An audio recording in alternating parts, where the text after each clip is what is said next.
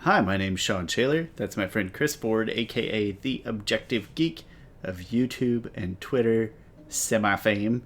And today we are going to do a little bit of a spin-off episode for you for reasons that have possibly been explained prior. So a little bit of a spin-off, unconventional. We're going to do another what if question because that's been kind of fun. And that is, what if Aang hadn't disappeared before Sozin's Comet? And when we say that, we're talking about the one right before Sozin's Comet, not the one where he disappeared for 100 years, but the one right before. What about that one? So I'm going to have Chris give us a little context, a little setup, and then we will discuss.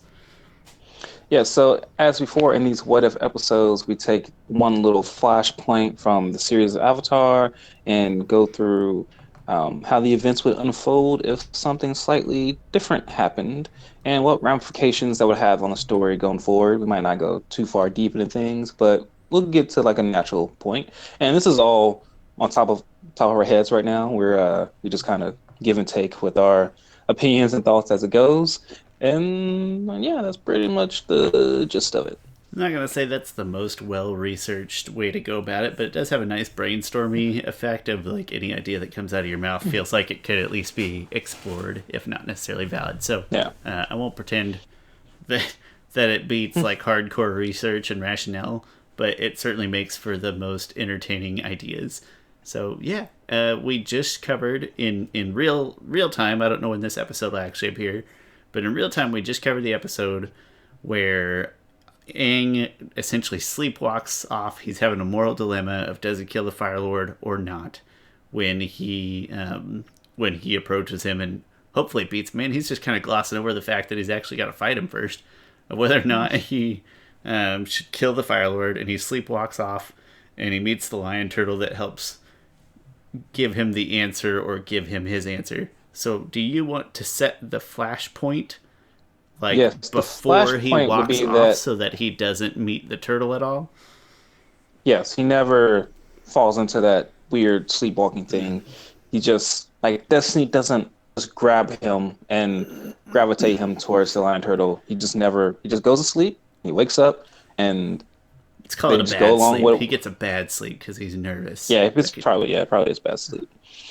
Um, and then he just Team Avatar goes on with the plan that they came up with Sokka. Because before that, they went over their battle strategy. Like they went over like, hey, um, like Sokka went over. He's like, me and Suki will attack from this edge. Um, Katara and Zuko will attack from here, and Aang would have a direct hit towards the Fire Lord and killing him. Now they towards the didn't account Melon for Lord. Azula. Yeah, the Father Lord. They didn't. Oh, yeah, towards the Melon Lord. Well, the They Father didn't Lord's account for kind of funny Azula. too. Yeah, for some weird reason, Sokka did not account for Azula in this scenario. That's a great Um, point. Sokka, wake up, man. We had so much faith yeah, in you.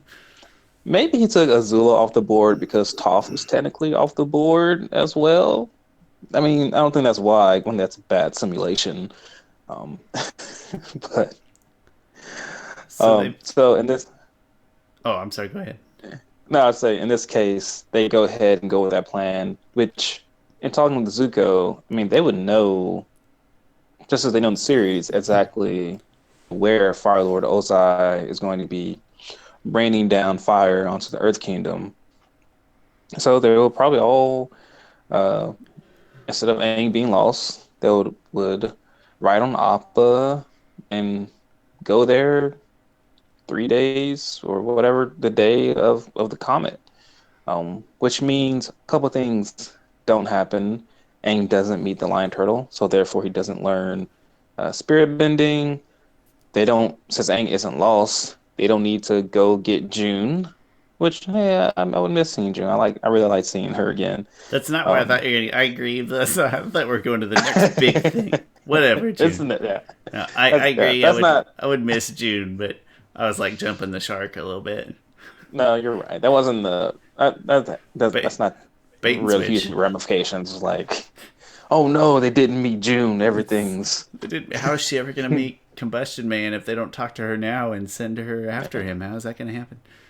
well, she Sorry, dated fan him in the theory. past. Remember? Oh, right. That's Yeah, right. because combustion is dead now. Um, Aang didn't kill him, but he didn't save him either. Yeah, it was his own yeah, fault. I'm not gonna put that on Aang. But the that real was definitely. the real number two reason, the thing, Well, thing that number does not two happen. is that they don't find Iroh. They don't find the White Lotus.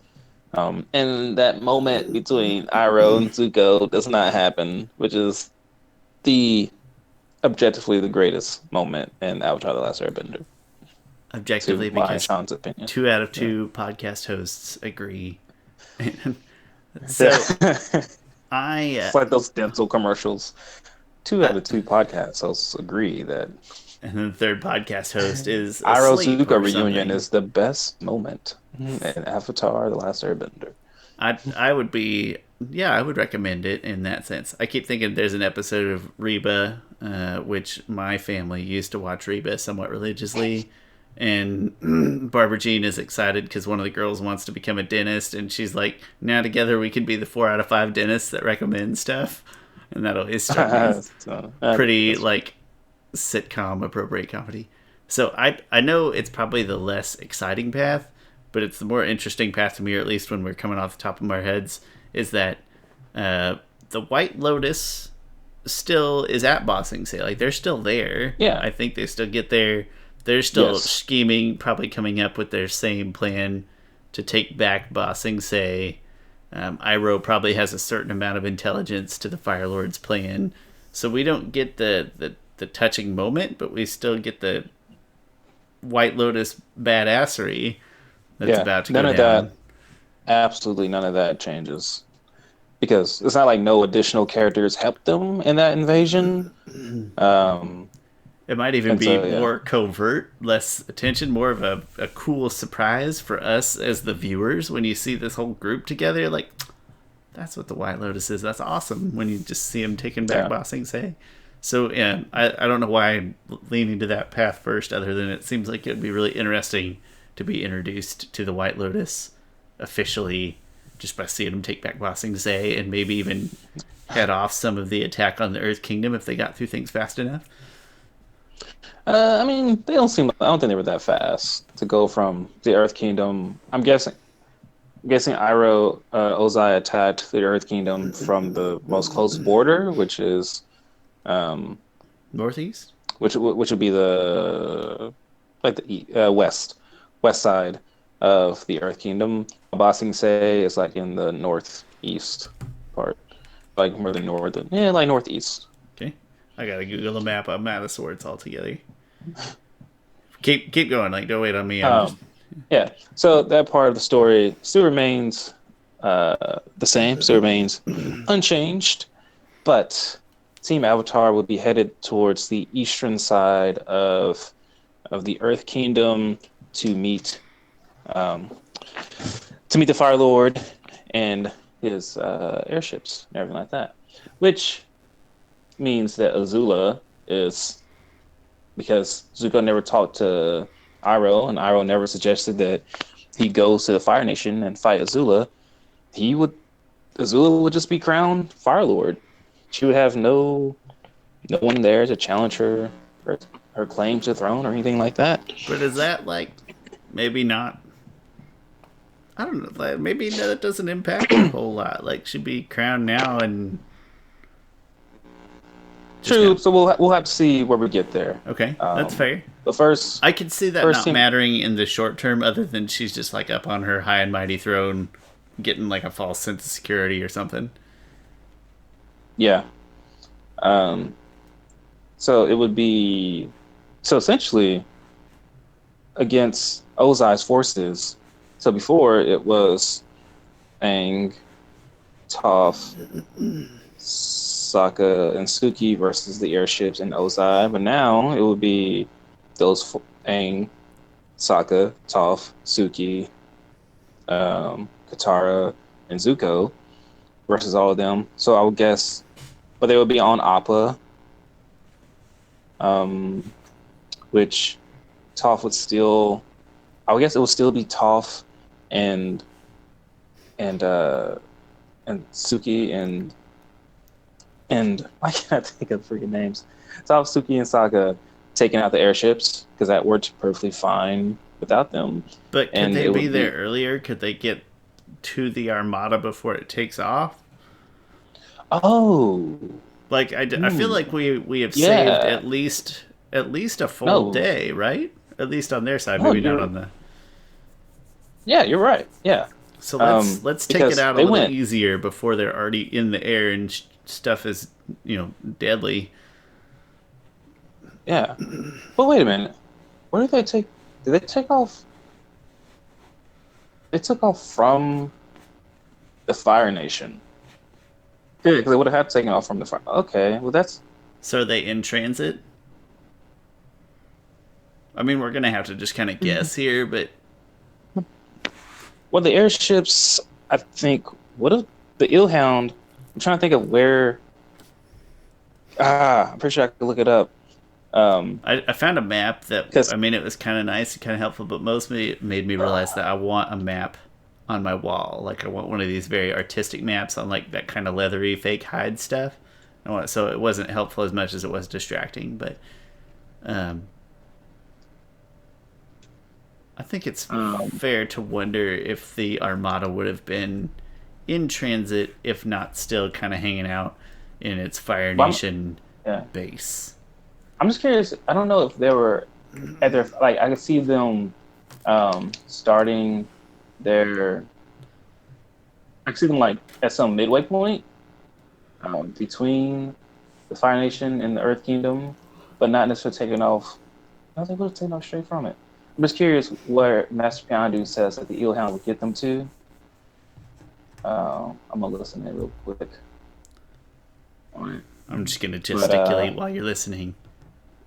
Because I think that no matter which of these is true, it would still be easier to potentially ambush this airship armada either in transit, if they're not in full-on attack mode, if they're just going over the ocean. Everybody's down below deck playing cards or whatever. I don't know what the phrase is for airships. I think that it would be easier to ambush in transit, and then also it wouldn't necessarily be an ambush in the same regard, but like either way, I think it could be better for that particular trio of Sokka, Toph, and Suki if we determine that they still elected to carry out that plan of, hey, you guys go handle this armada that's gonna head towards the Earth Kingdom. Let's see here. My oh dang it! My controller. Can you hear it from the background? Just barely. Yeah, this is such a distraction. Okay, and okay, this one. No, don't stop. My controller keeps like going in and out because it wasn't charged.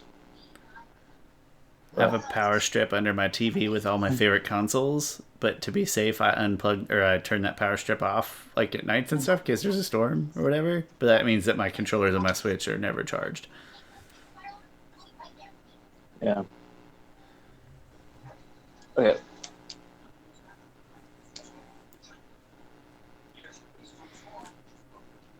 Okay, got it. So he says the airship base is on a small island off the Earth Kingdom shore. Okay. Which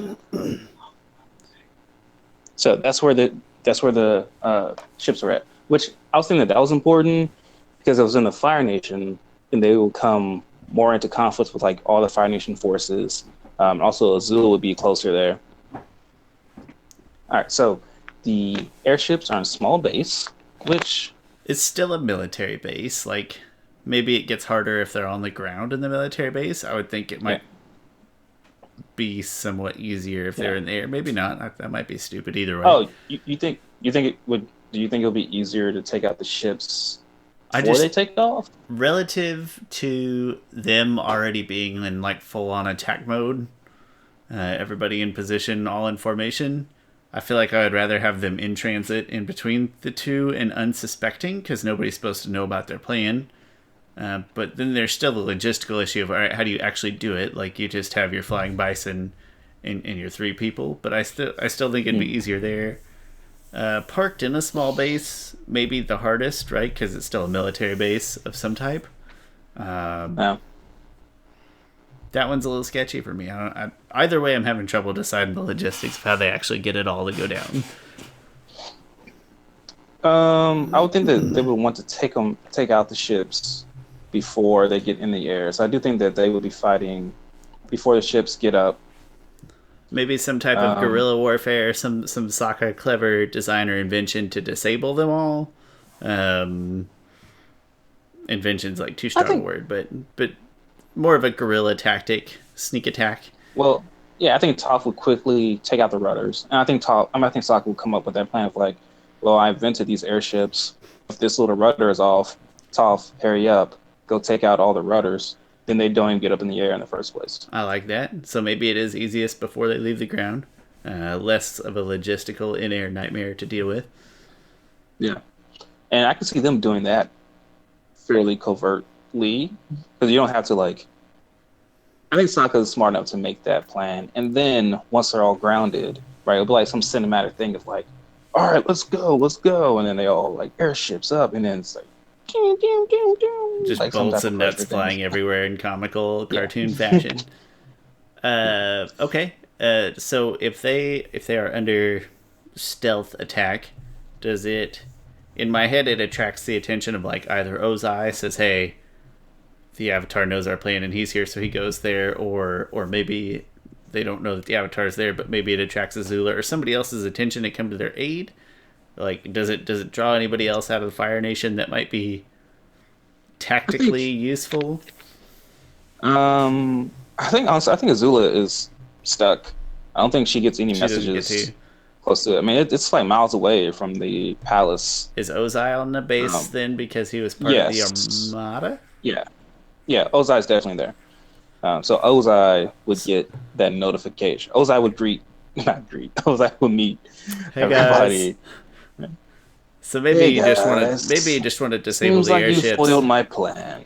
Maybe you just want to disable the airships and then get out of Dodge and hope that of all the people on the base, that only Ozai knows how to fly. Like, you just disable their transportation, and now if he wants to do it, he's going to have to do it himself, and then maybe Aang can draw him out somewhere on his own. Well, I think it'll be more like... I think it would be like Ozai and hundreds of Fire Nation soldiers all amped up on Sozin's Comet against like 6 kids. Right, so that's what if you can covertly take out those ships, which I think we agree, seems like it could be done, and then you get away really fast. But those other Fire Nation soldiers, like, those guys can't fly. They're not going anywhere. They're stuck on an island. So then you got to get Aang to draw Ozai out. Like, he's gonna find a way to get wherever Aang can get to him. But like, sort of. Yeah, well, I would think that they would be on to it fast enough, and they probably have like on a drone. Would Aang be able?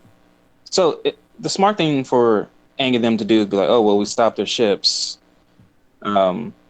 Now we should now there's no threat.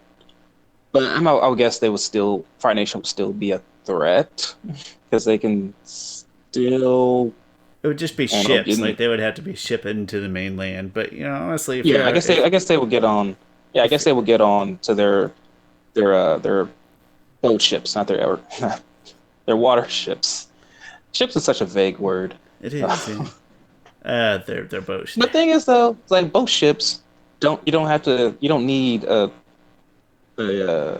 sub word to say ships. It's just regular ships, yeah. Like airships, no, you gotta say airships. That's just because boat ships came first. That's why. Yeah, I mean that's true. I mean, I'm just guessing. It's like a ship, but it's in the ships? Why there's water ships, there's airships. Why aren't there earth ships? Calling your car an earth ship. You're the captain. Fire ships. You're not a driver with a driver's license. You're a captain of an earth ship. I like it. That's catchy. I think they disable as much as they can, in particular the airship armada, because that's the plan, and then they get out, and they might encounter resistance or something. But I'm not about to imagine a world where they die during this very well executed sneak attack. But I think their goal after that is just to get away as quickly as possible, and then let Aang figure out how to execute the next part of his plan, which involves drawing the Ozai out away from the stronghold, I think. But I still think Ozai, I don't think would let this opportunity go to waste. Right? He's like, I got Sozin's Comet. I think he would get on a ship, get an armada of ships, and go towards the Earth Kingdom that way. Ships, yeah.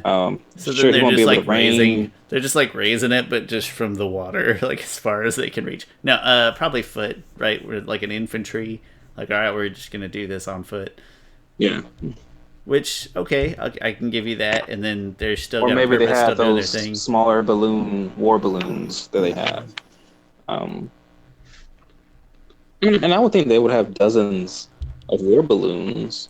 It's not as good as having 12 airships or 9 airships. Not they like had, heavily, I don't remember how many, but not heavily armed, metal behemoths. But I think they would still have. I think they would take like, I don't know, 2 dozen war balloons, and then a whole armada of ships. Hot air balloons don't move, don't control directionally quite as well. Like, they might be better off just doing it on foot. Like, everybody hop out and then just.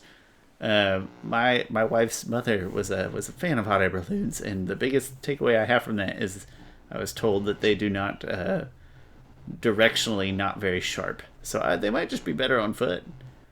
Take a boat. I feel like these balloons are, because I mean, Zuko was on one, and they were pretty good at navigating where they needed to go.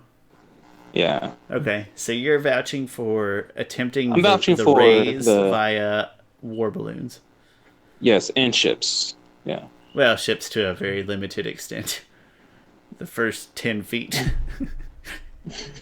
Yes, yeah. I can get that would just get them. That would just get. It's just a matter of getting more Fire Nation people there, right? Like you got the ground people on the walking or on air tanks, things like that. I agree to that to the extent that it still is it's a better scenario in this little circle that we're talking about, is a better scenario for the group. Like, still easier to take out these war balloons and stuff later when we get to that part. Yeah. Than it is these heavily armed air armada ships. Yes. Yeah. I can get on board with that. So you probably have hundreds of Fire Nation soldiers. I mean, I'm guessing that they meet them there. So you have hundreds of Fire Nation soldiers on the ground, and then you have, what I say, about a dozen. I say 2 dozen war balloons. So there's going to have to be a team flying on Appa to take out the war balloons. I feel like Suki and Appa could do a lot of damage on their own to a bunch of war balloons. I mean, she doesn't. She doesn't have a sword in this case. She doesn't have fans. She doesn't have a weapon at all now. She doesn't have fans? Not right now, because she was taken hostage and she never had her fans on her. Get to envision a cool scenario where Sokka just throws one boomerang and takes out all the war balloons. Just all what was that movie called? I like that movie. Dang it. It's with Morgan Freeman. Master of the Flying Guillotine? No, that's not it. Sorry. Wanted. Yes. Oh, yeah. Where they're fraternity of assassins. Oh. And they can like curve bullets. Yeah. Oh. I like that movie. It had like I liked all the in between stuff. I didn't care for the sort of. So the pinnacle of it for me is when he hits the buddy in the face with the keyboard and the FU comes up on the screen. And it's like the pinnacle of douchebaggery included into movies just to make guys named Kyle feel good. Yeah. And when he hits the keyboard, the keys come out and say come off of it, and F you. That's for guys who drink Monster energy drinks and wear tap out clothing and who watched that in theaters, got real hyped, and I just couldn't do it. That was Chris Pratt, right? The Friend? Yeah, I think. Yeah. I think it's been a long time, but I can handle all the in between stuff as good action. But okay, so that sounds stupid, but does it sound as stupid as the fact that they managed to use one Air Armada ship to take out the other 8 or 9 or 10 or whatever there were. So like maybe it's possible that they could handle a bunch of war balloons. Having Katara for war balloons would be very handy. Like you're in the air, To me, you it got would some be water to work Katara. with, and you just start slicing stuff up. Would be way Pretty more much exactly helpful. exactly how she did in the invasion episode. So it'll be And probably does she Katara. get to be there because we never had the coronation Agni Kai? Does she get to be with that crew? Yeah. Oh yeah, all of Team Avatar is there because they don't go to the Fire Nation. So if in my head, it will be Katara and Sokka on Appa taking out war balloons. Definitely Toph on the ground taking out members because that's just pure Toph. That's where she's at. And maybe even preventing ships from getting stuff. She practiced her sandbending, so maybe her beach work of preventing ships from releasing everything, or maybe not to that extent, but just slowing down all of the any tanks, any ground machines they might have. She's pretty good one-man wrecking crew now that she metal bends and sand bends. Yeah. So that leaves Zuko. And Suki would also be on the ground. I still think I want Suki in the air. I feel like she's going to do some damage with a projectile throwing weapon. Maybe not. I just don't. I would like her there. I want her and know Zuko what weapon together, or her and Sokka together. Sokka. And then I also kind of secretly, just for this episode, don't read anything into this, but I also kind of just want Toph and Zuko together on the ground because that sounds a lot of fun to me.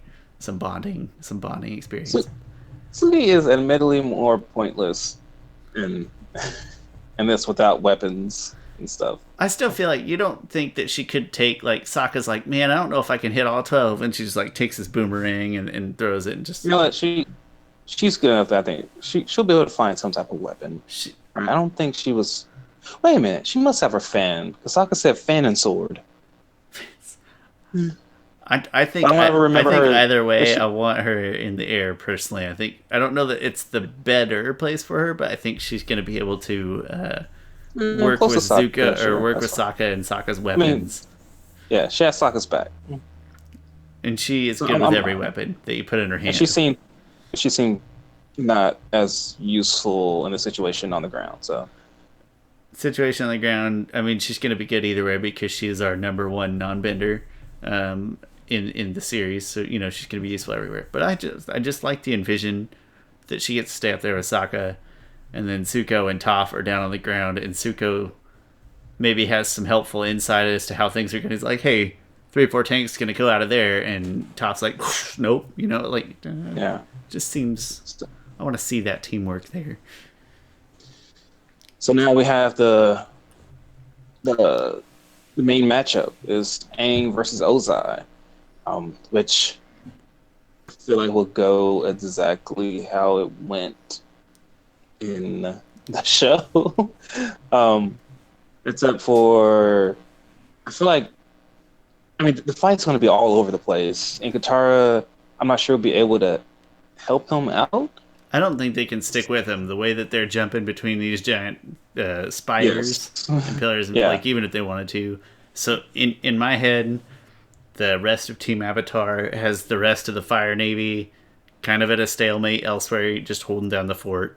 And I'm okay with just kind of putting them off to the side for now while we move to a fight that probably does look mostly the same. I feel like I have to let Aang get the Pokey Rock power, get the Pokey Rock done. Because to me, it's so Destiny-like that it's going to happen regardless. I can't think of a good reason not for him to be in that situation again. Yeah, and it's a lot of fun. And it's a lot of fun too. So is it fair to say that we can cut to the point? I think where Aang has to make a decision, right? Like I think we can say that for the most part, everything would come to a similar result. Different means similar result. To that point. Yes. Aang will go into the Avatar state, wreak complete havoc on Fire Lord Ozai, about to kill him with all the power of all the past avatars in the world with the 4 elements, and then he decides not to do it, and he takes away his bending. And then and then they all defeat, like, probably in great fashion, right? I see Toph doing some amazing earth bending, taking out a whole bunch of different people. Zuko taking out a lot of different people. Also, they have some great action there. Suki, Katara, and Sokka in the air taking out war balloons. So, yeah, so they win that day. So you're saying that you don't think Aang kills Ozai? None of those other Avatar past lives speeches get to him at all? Well, I guess No. he didn't have those, does he? Oh, wait. Yeah, he doesn't have those. He doesn't have those. Wait, I'm sorry. I'm sorry. I am missing stuff. He's not able to take away Ozai's bending anymore because he doesn't. Yeah. My So bad. does it? That was, So that we was almost just the point. the question we need to ask is like, does he kill him or does he not? Right. That's the big end game here. To me, he still doesn't kill him. So how does Aang defeat him? I feel this way which the whole Aang, time, and I'm disappointed that they don't like present it. I know they're working up to a dramatic finish, but maybe even a small flaw to me is that they like disregard the possibility that he can be incapacitated without like stealing his energy. Like you can incapacitate. Like last time I checked, he can't fire. He can't shoot powerful fire from his eyes.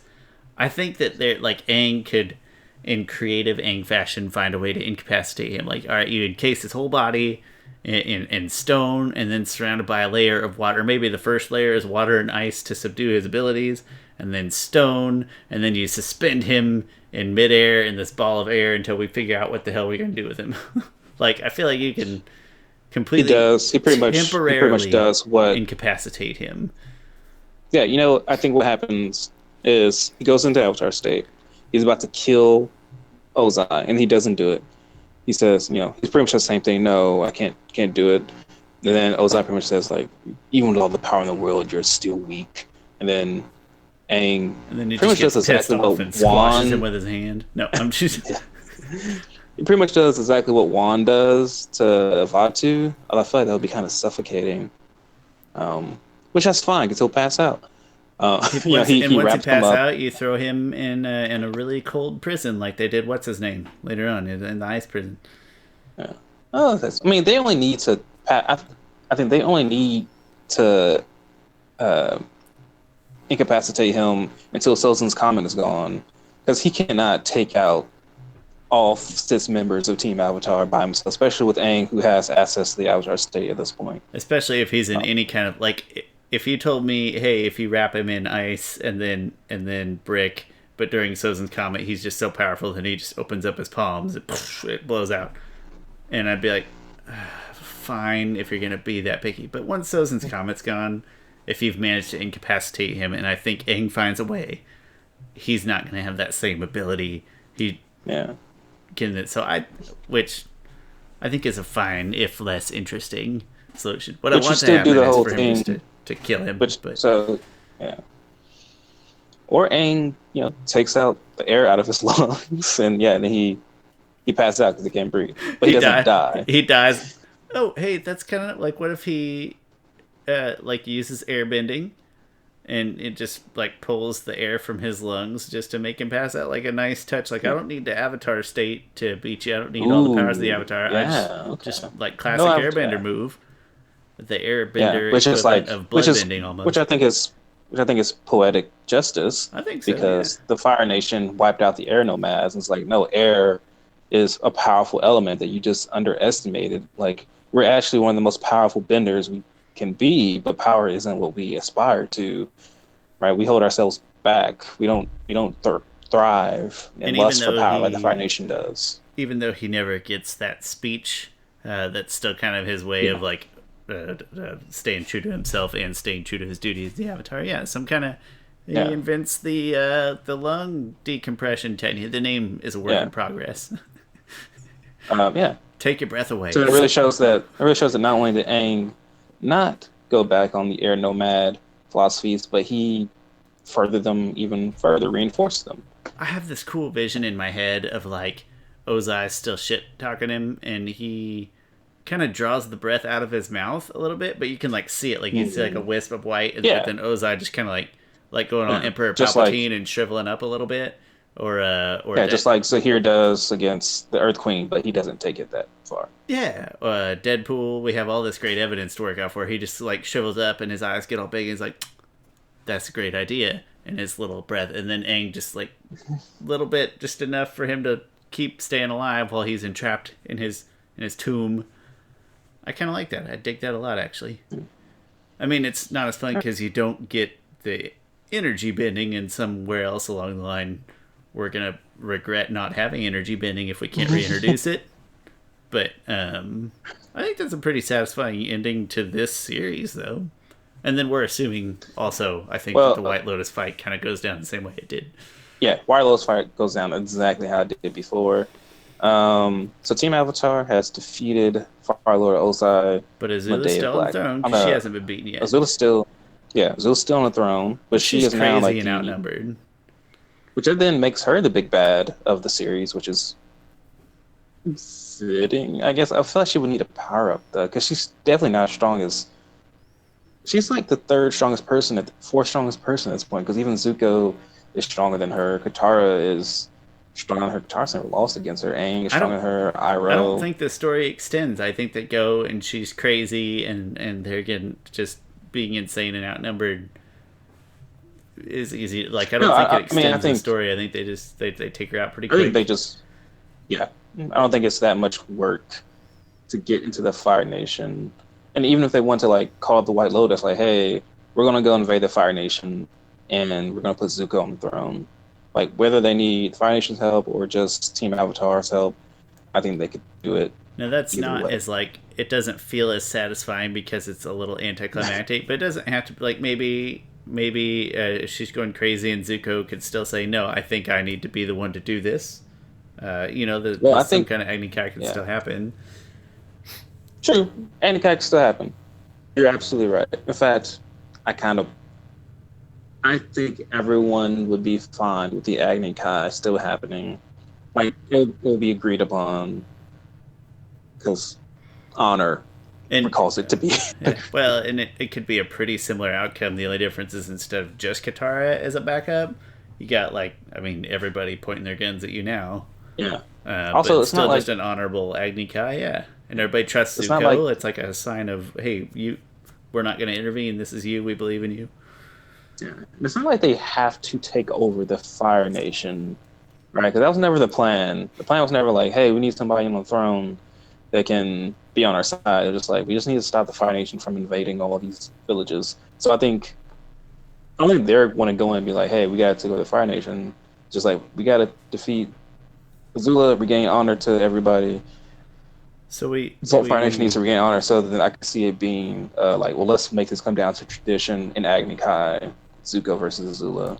So we did kind of miss in there though somewhere. I think that the touching Iroh Zuko moment still needs to happen, and then that kind of speech be given, where it is determined that it's not about taking over the Fire Nation, but it is about there is a mission to get Zuko on the throne. So we can still have that mission.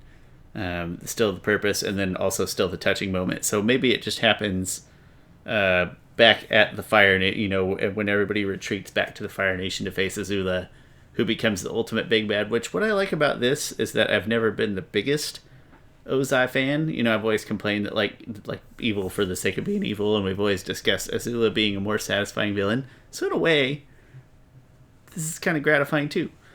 So maybe they have their touching moment. Cinematic-wise, right? If you got Azula facing against Zuko, but having nobody in her corner, that drives her even crazier. But Zuko has Iroh, all of Team Avatar, all of White Lotus, everyone backing him. It completely changes Azula's image of herself, right? Her image of herself was like she has everyone's. I'm this powerful. Backing. Everyone fears her. Yeah, she's just powerful. Everyone needs to bow down to her. But now here it's like Zuko has everything. Zuko has all the support that I thought I had. In fact, they break out. Well, they don't need to break out. Ty Lee and May out of prison. I mean, they can if they want, but yeah. So in my head, that fight... maybe that's also why Zuko has to go back. He has to break May out of out of prison to save her. He can't just leave her You're there. right. So that's what gets them back, and that's when they run into Iroh, and then Iroh gives the speech, and you're like, you know what? Well, I'm here. Maybe I should do the throne thing also. Yeah. So the fight, what I want to see out of this fight, though, so Azula's crazy and she's mad, but she's still got nothing to lose. So she like puts it all into one big lightning bolt, like even like blue, but then also like a strand of white in there, like a big funnel strand of white, and it's Okay. crazy good. But we've got like a new heightened confident Zuko with everybody at his back, so he doesn't get hurt taking any bullets for Katara. He just redirects it at something symbolic, like he redirects it at a certain part of the palace or something like that, and just blasts it to smithery, just ashes and crumbles. Something that purely symbolic, and then some kind of repercussion for that throws Azula off balance, and then he pursues and incapacitates. That it's how about imagine Azula being like in front of the crown palace. She lightning bends at Zuko. It's got to be the He biggest, decides, baddest lightning bend yeah, that we've he seen. decides not to redirect it at her because that will kill her. Yeah. And Zuko's not down for that. But instead, he redirects it at the palace right above her head, and it falls down, not on her because he doesn't. That defeats the purpose of him redirecting the lightning to the palace. That's unintended consequence. No, I think it causes a stumble or a trap or just something that allows Zuko to go purely on the offensive, and from that point, it's like, I don't want to say not a match, but clearly like demonstrating that he has clearly surpassed her in skill in not having lost his marbles. I'd watch the crap out of that. That sounds like a great fight, or a great short fight, but a great moment. Yeah, so that's how the series would end. You know, they would have a nice little moment. Go back to boxing and say, and as for other things afterwards, real quick. As I say, I don't think we want to take the time to delve into the whole thing, but like, what's the biggest few things that are going to be impacted in the Legend of Let's Korra? see. Like, when does energy bending come or happen, or what's going to happen because it doesn't? Well, I'm not sure that Zuko will be able to find his mother. No, I'm gonna say he'll still be able to find his mother. Yes, because Ozai will still be alive, will still be in prison, and he will still try to work with Zuko. Will still try and put Azula in the sane asylum and work with her. So I think he'll still find his mother. As for energy bending, Korra, Aang, I'm guessing Aang would die the same. That all happens the same way. Aang I still think so, die because we've got early. a similar story Korra. up to this point. Yeah, Korra will still be born. She'll still be the Avatar. Amon would take 3 of her bendings away, and Aang would not know energy bending, and so he wouldn't be able to restore her bending, which I think would make for some very interesting story for Korra. Right? I think if they redid Korra, they probably wouldn't have given her bending back so quickly because they knew it was one at that point. It was one season, so you kind of sort of had to give her back her bending.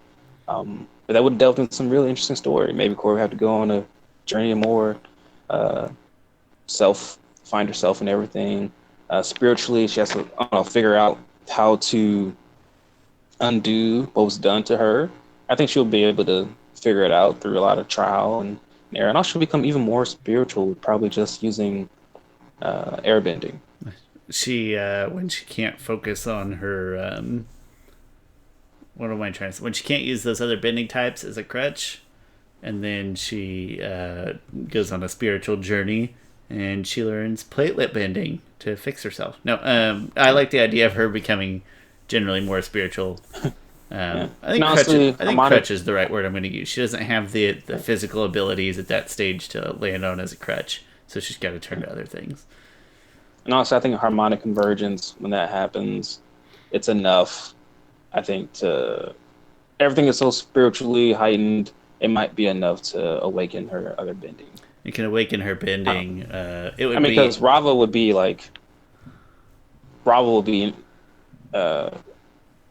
somehow affected by harmonic convergence, just like Vatu. So I could see some type of story element in there, bringing back her bending. Also, that book is called Spirits, and she'll become more spiritual, finding herself. Mm-hmm. And from that point on, it might be After relatively that, the energy same. bending is kind of it. It's really the one big moment. I could be missing stuff, or maybe in the extended universe Oh, stuff. But that does.